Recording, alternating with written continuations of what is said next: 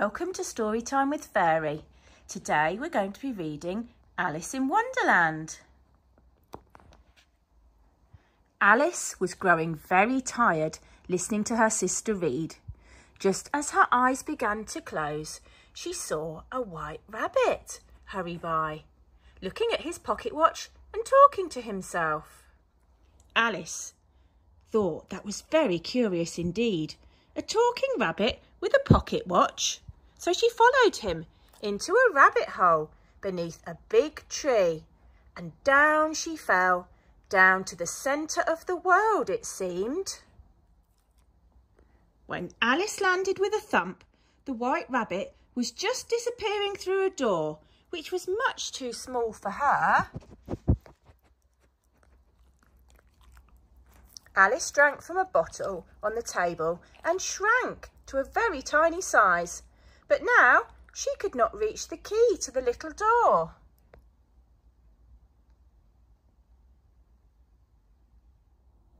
At last, Alice found a way to get through the little door. Seated on a bottle, she floated into Wonderland on a mysterious sea. On through Wonderland Alice went, looking for the white rabbit. She met two jolly fellows, Tweedledum and Tweedledee.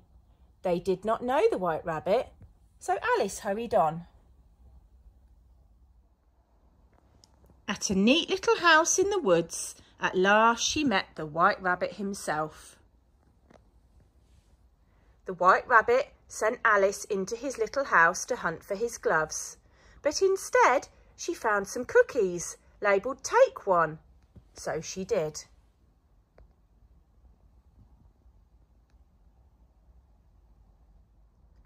The cookie made Alice grow as big as the house.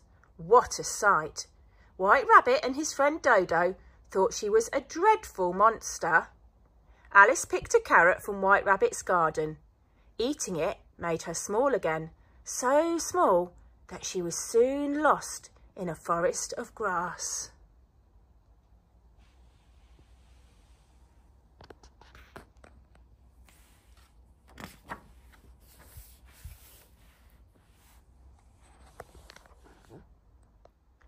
Alice found herself in a garden of talking live flowers. There were bread and butterflies and rocking horseflies too. Alice thought the garden was a pleasant place, but the flowers thought Alice was just a weed, so they would not let her stay.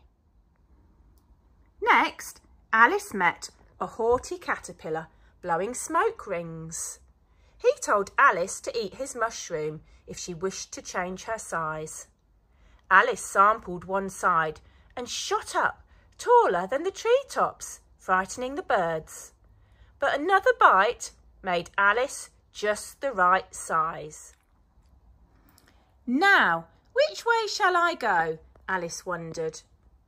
The signposts she found along the path were no help. They pointed all over. If I were looking for the white rabbit, I'd ask the Mad Hatter, said a grinning Cheshire cat up in a tree. He lives down there.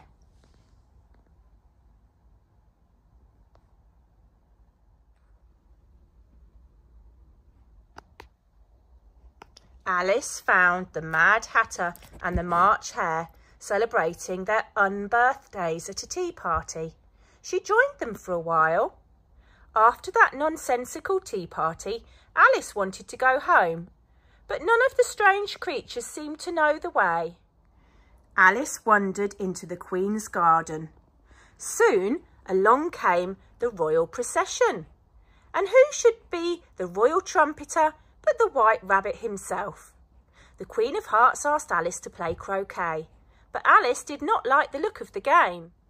"Off with her head!" cried the Queen. Away Alice ran, while the army of cards gave chase, down all the tangled paths of Wonderland and back to the riverbank.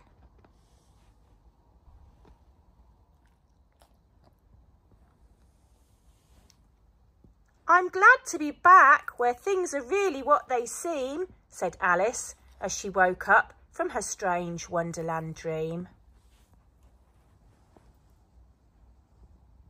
We hope you enjoyed that story with Fairy. Make sure you click the subscribe button and turn on your notifications. And we'll see you again soon for another story. Thanks for watching.